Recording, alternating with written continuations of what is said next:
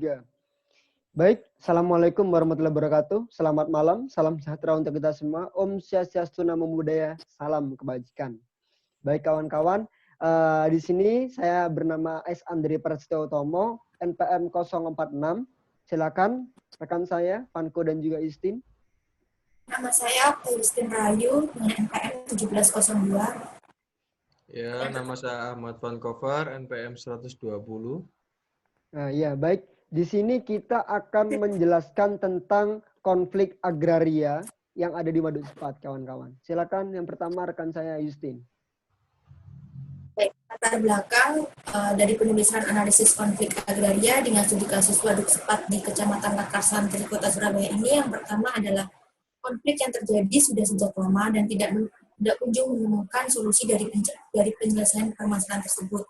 Dan yang kedua, ingin mengetahui upaya yang telah dilakukan pemerintah Kota Surabaya dalam menyelesaikan konflik yang ada di Waduk Sepat tersebut. Dengan solusi masalah yang telah dipecahkan, yang pertama, penyebab konflik agraria Waduk Sepat, Lidah Kulon, Kecamatan Lakarsantri, Kota Surabaya. Dan yang kedua, apa upaya-upaya yang telah dilakukan oleh pemerintah Kota Surabaya untuk menyelesaikan konflik agraria di Waduk Sepat.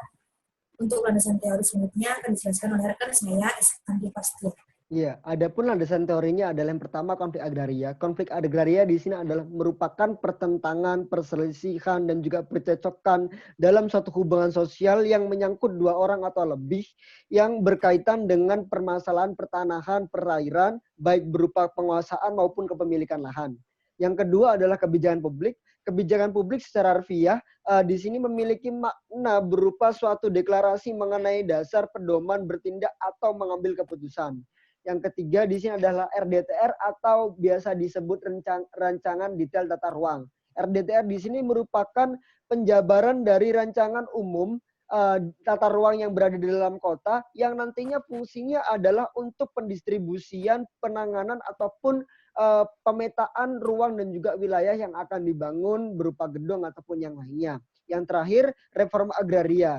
Reforma agraria merupakan suatu upaya untuk merombak struktur penguasaan tanah yang timpang dalam praktiknya dan sangat memungkinkan untuk menimbulkan percecokan ataupun konflik agraria.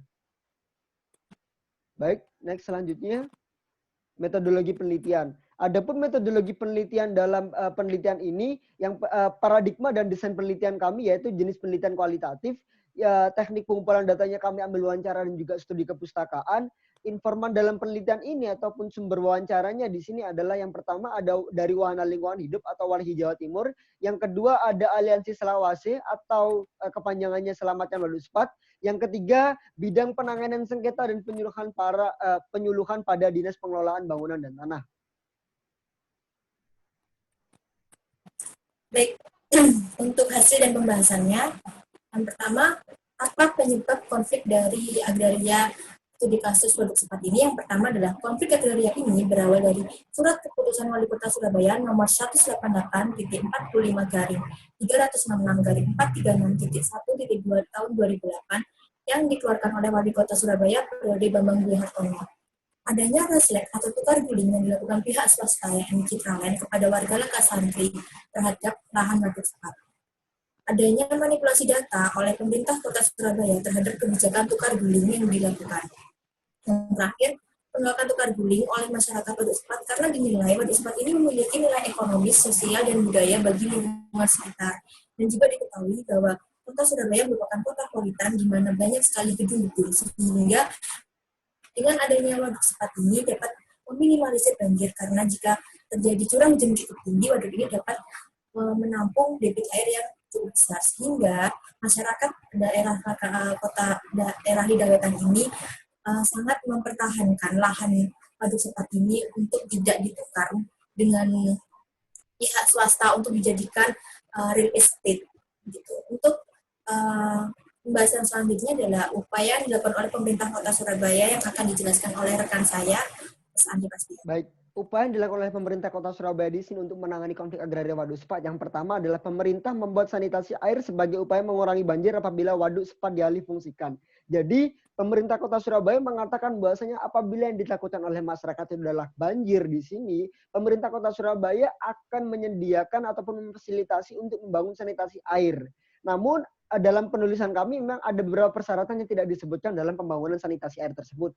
Yang kedua adalah membuka informasi dan data valid terkait lahan waduk sepat kepada publik. Nah, di sini pemerintah Kota Surabaya sudah mengupayakan untuk membuka informasi dan data valid tentang terkait waduk sepat ini. Salah satunya adalah dokumen-dokumen berupa pertukaran dapat dikatakan pertukaran alih dari desa ke kelurahan ini sudah dibuka. Namun di sini memang ada kekurangannya, yaitu pemerintah Kota Surabaya tidak membuka tentang dokumen Ruslek, dokumen UKL, sama dokumen tentang AMDAL dan dampak lingkungan yang dilakukan oleh PT Citra Land. Harusnya pemerintah Kota Surabaya juga harus membuka dokumen tersebut.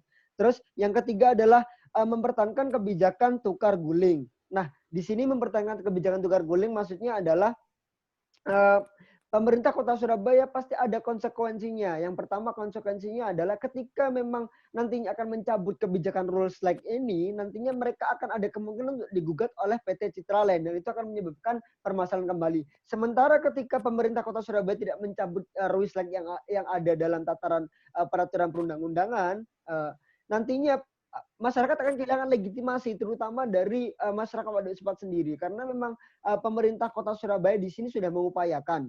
Selain itu ada audiensi yang sudah dilakukan oleh antara pemerintah Kota Surabaya, DPRD Kota Surabaya, terus dan juga ada masyarakat waduk sepat dan juga PT Citra Land. Namun dalam audiensi tersebut kembali tidak menemui titik temu ataupun tidak menemukan win-win solution. Kedua-duanya antara ketiga belah pihak ini tadi saling kekeh untuk tetap mempertahankan pendapatnya masing-masing, argumentasinya masing-masing. Nah, sementara masyarakat waduk sepat sampai sekarang ini masih tetap berjuang untuk tetap mempertahankan waduk sepat yang berada di Kelurahan Lidah Kulon, Kecamatan Lakar Santri. Next, silakan. Baik, dari penulisan yang kita telah susun ini dapat disimpulkan bahwa Waduk Sepat merupakan waduk yang terletak di wilayah Lidah Kulon, RW 3 dan RW 5 Duku Sepat, Kelurahan Lidah Kulon, Kecamatan Lakar Santri, Kota Surabaya. Penyebab konflik ini berawal dari surat keputusan Wali Kota Surabaya yang telah dijelaskan sebelumnya yang dikeluarkan oleh Wali Kota Surabaya periode Bambang Dwi Hartono. Masyarakat menolak tukar guling tersebut dikarenakan Waduk Sepat memiliki nilai-nilai ekonomis, budaya sosial, dan lingkungan masyarakat di Waduk Sepat. Waduk Sepat merupakan wilayah konservasi untuk mencapai tujuan konservasi sumber daya air pada waduk sebagaimana yang dimaksud pada ayat 1 Peraturan Pemerintah Nomor 37 Tahun 2010. Dilakukan kegiatan yang pertama perlindungan dan pelestarian waduk, pengelolaan air, dan pengelolaan kualitas air dan pengendalian pencemaran air.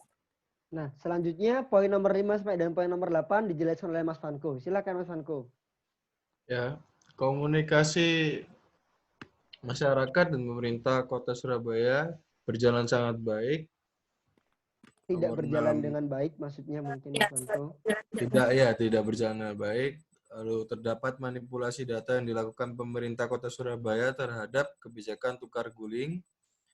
Pemerintahan Kota Surabaya tidak memberikan atau mematuhi putusan yang telah ditetapkan oleh Mahkamah Agung. Dan yang terakhir, pemerintah Kota Surabaya memiliki tanggung jawab untuk tetap mempertahankan atau tidak mencabut aturan tukar guling. Baik, saran dari kami sebagai peneliti di sini adalah yang pertama, DPRD Kota Surabaya diharapkan dapat membuka ruang diskusi, bukan audiensi, karena dirasa ruang audiensi di sini masing-masing pihak tetap akan mempertahankan.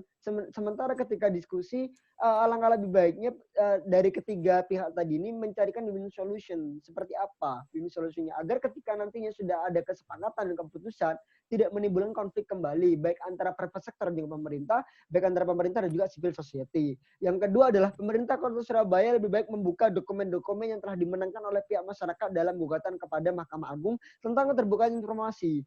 Kenapa? Karena di sini dirasa pemerintahan Kota Surabaya sangat tertutup sekali terhadap gugatan yang sudah dimenangkan oleh masyarakat Waduk Sepat ataupun Selawase. Adapun dokumen-dokumennya yang harus dilengkapi yaitu seperti dokumen Ruislek, terus dokumen-dokumen UKL, dokumen analisis dampak lingkungan, perizinan PT Citra untuk membangun real estate yang ada di kelurahan ataupun yang ada di Waduk Sepat. Jadi saya rasa 2 saran ini harus dilakukan oleh pemerintahan Kota Surabaya. Baik, kawan-kawan, terima kasih atas segala perhatian dan juga segala limpahkan waktunya kepada kami. Kurang lebihnya mohon maaf. Wabillahi taufiq wal hidayah. Selamat malam. Wassalamualaikum warahmatullahi wabarakatuh.